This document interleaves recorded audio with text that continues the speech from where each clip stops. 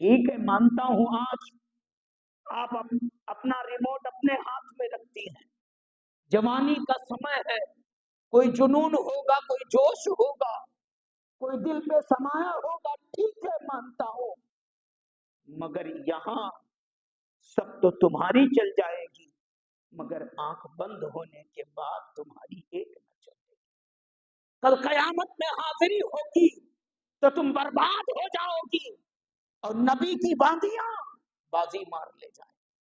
اس لیے بیٹیوں کو پیغام آج اولیاء مسجد سے ان کے گھروں میں پہنچا رہا ہوں جو سن رہی ہیں کہ وہ اس طرح کا کوئی قدم قطعی نہ اٹھائیں، نبی کی سنت پر چلیں، سیدۃ النساء فاطمۃ الزہرا کا کنیزہ بن کر اپنی زندگی گزاریں، انشاءاللہ عز و جل دنیا میں بھی خوشحالی ہوگی اور آخرت میں سیدہ کے دامن میں جگہ مل جائے گی۔ تو دوستو اس طریقے سے اگر میں بیان کروں تو سیدہ فاطمہ رضی اللہ تعالی عنہا کی زندگی کے بڑے عظیم عظیم گوشے، شوہر کی خدمت انہوں نے جس طرح سے کی، مثال نہیں ملتی دنیا میں، مثال نہیں ملتی۔ تھوڑا ذکر کر کے گزروں گا۔ مولائے کائنات کی مالی حالت ایسی کہ ایک وقت کا کھانا ہوتا دوسرے وقت کا انتظام، کہیں سے کچھ اگر انتظام ہوتا، کبھی جو لے آتے، کبھی کچھ اور لے آتے، فاطمہ اسے چکی میں پیستی، آٹا تیار کرتی، تب کھانا بنا۔ باوجود اس کے اپنے شوہر نامدار کی وہ خدمت کرتی، ان کی وہ تعظیم کرتی ہے کہ رہتی دنیا تک یہ بات یاد رہے گی۔ آج ہمارے یہاں کیا، ہمارے یہاں یہ ہے کہ اگر افطاری میں بھی کچھ کمی ہو جائے 4 بات سنائیں گے شوہر، انتظام میں کچھ کمی ہو جائے بیچارے کا افطاری، شوہر افطاری کرنے بیٹھا بھی ہے اس وقت اس کو ایسی کھری کھری سنائیں گی کہ بیچارہ کیسے برداشت کرتا ہے، یہ اسی کو معلوم۔ اس طرح سے کرنے والیاں اپنے لیے جہنم کی آگ تیار کر رہی۔ بیوی کے لیے شوہر جنت کا ذریعہ ہوتا۔ آقا نے فرمایا تھا اگر مخلوق میں سے کسی کو سجدہ کرنا جائز ہوتا تو میں کہتا کہ بیویاں اپنے شوہروں کو سجدہ کریں، مگر اسلام میں غیر اللہ کے لیے سجدہ حرام ہے، جائز نہیں ہے، تعظیمی ہو تو حرام ہے ورنہ کفر تک ہو جائے گا، شرک ہوگا۔ تو بیویاں سیکھیں شوہروں کی تعظیم سیدۃ النساء سے، فاطمۃ الزہرا رضی اللہ تعالی عنہ سے۔ اولاد کی تربیت کے معاملے، بس آخری چلتا، اولاد کی تربیت کے معاملے سیدہ فاطمہ کی کوئی مثال نہیں، اور آپ دیکھ ہی رہے ہیں ان کے لاڈلوں نے سب کچھ لٹا دیا لیکن اسلام بچا لیا، دین بچا لیا۔ سیدنا حسن مجتبیٰ کی شان، حسین اعظم کی شان آج امت کے سامنے پوشیدہ نہیں ہے، بتانے کی ضرورت نہیں ہے۔ سیدہ کے یہ وہ لاڈلے ہیں جن کا احسان قیامت تک اہل اسلام پر باقی رہے گا، مسلمانان عالم پر باقی رہے گا، ان کی آل نے جو احسان کیا ہے۔ اور سن لو یہ بھی کہہ دو، آج اگر مسجدیں آباد ہیں، مدرسے آباد ہیں، علماء ہیں، مشائخ ہیں، خطباء ہیں، نقباء ہیں، شعراء ہیں، سارا جو کچھ دین کا گلشن ہرا بھرا جس میں ہم سب ہیں، یہ سب نبی کی آل کا احسان، یہ سب سیدہ کے لالوں کا احسان ہے۔ آپ فرض کرو نا، دیکھو آنکھیں ذرا پھیلاؤ، دیکھو خواجہ معین الدین چشتی کون ہے، مخدوم پاک کون ہے، سید علی میرا داتار کون ہے، زندہ شاہ مدار کون ہے، یہ انہی کے تو سب لاڈلے غوث اعظم کون ہے، اسی زہرا کے لال، اسی گلشن کے پھول ہیں۔ تو یوں کہو اسلام کو بچایا بھی ہے زہرا کے لالوں نے، پھیلایا بھی ہے زہرا کے لالوں نے، اور بچایا بھی ہے زہرا کے لالوں نے، سب کچھ ان کا ہے، تو ان کے احسان سے ہم بری نہیں ہو سکتے۔ اب یہاں خالی ماؤں کے لیے کہنا چاہوں، مائیں اگر چاہیں تو دین کی ایسی خدمت کریں، ایسی خدمت کریں کہ ہم اور آپ تکتے رہ جائیں، ہم سے اتنی شاید نہ ہو پائے، وہ بس اتنا کریں کہ اپنی گود کے بالوں پر محنت کریں، بچوں کو اچھا عالم بنا ڈالیں، نبی کا عاشق بنائیں، بچیوں کو سیدہ زہرا کی کنیزہ بنائیں، اپنی اولاد کو ایسے ہی بنائیں جیسے سیدہ نے اپنے بچوں کو بنایا تھا۔